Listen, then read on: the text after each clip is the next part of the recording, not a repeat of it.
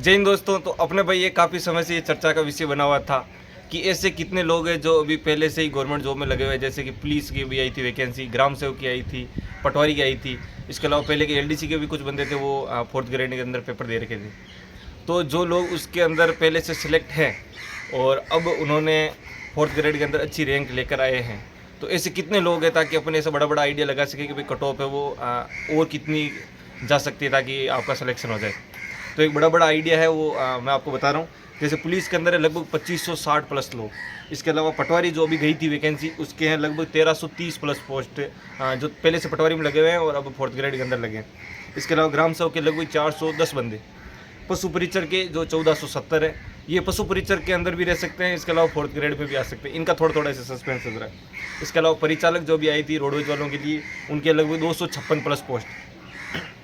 Librarian के लगभग 70 plus आदमी। इसके अलावा एलडीसी जो अभी पहले गई थी ज्वाइनिंग कर रखे थे, उन्होंने भी दिया और 265 प्लस पोस्ट है।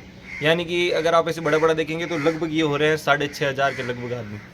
और ऐसा हर वैकेंसी में होता ही है कि जो सेलेक्ट होते हैं उस वैकेंसी के अंदर वो और उसको ज्वाइन नहीं करते, चाहे कोई भी रीजन हो। वैसे लोग भी होते हैं, जैसे कि पुलिस के अंदर आए तो उस टाइम अगर कोई दूसरी वैकेंसी नहीं हो लेकिन वो फिर भी ज्वाइन नहीं करते। और ये डाटा है वो भी और भी बढ़ सकते हैं। यानी कि अपन ऐसे मान के चलें कि लगभग 10,000 लोग ऐसे होंगे जो ज्वाइन नहीं करेंगे इसको।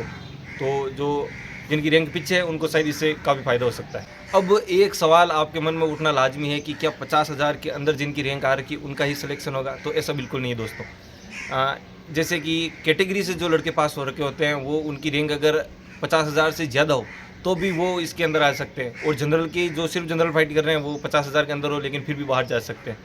तो ऐसा ज़रूरी नहीं है कि 50,000 के अंदर ही आपकी रैंक हो तो ही आप पास हो। आप इसके बाद में हो तो भी पास हो सकते हैं।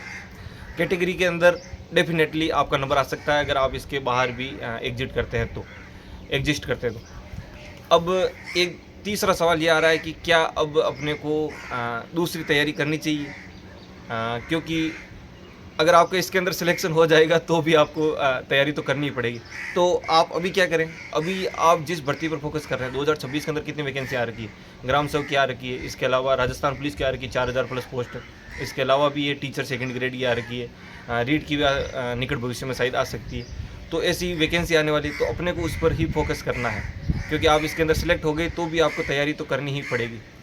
एक अगला सवाल ये आ रहा है कि क्या सीईटी वो पुराने वाली चलेगी या फिर नई वाली सीईटी होगी? तो देखो भाई, अगर आप राजस्थान पुलिस की तैयारी कर रहे हैं तो हिंदी और इंग्लिश ऐड कर दो, बाकी लगभग सीईटी का वही सिलेबस है।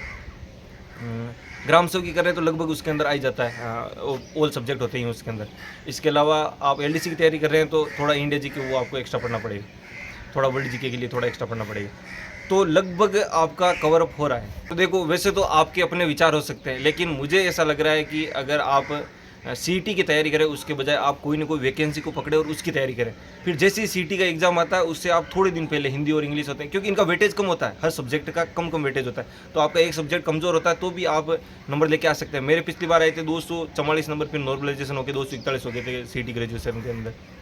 तो आप ये आराम से कर सकते हैं।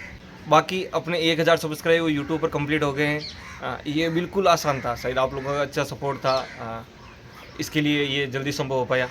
तो सब्सक्राइब करना तो आप बिल्कुल भी ना भूलें। अपन नेक्स्ट एनालिसिस है वो ऐसे ही किसी न किसी टॉपिक पर करेंगे, जैसे कि क्योंकि इंस्टा पर या फिर टेलीग्राम के अंदर ये लिख के ये इतना बड़ा एनालिसिस होता नहीं।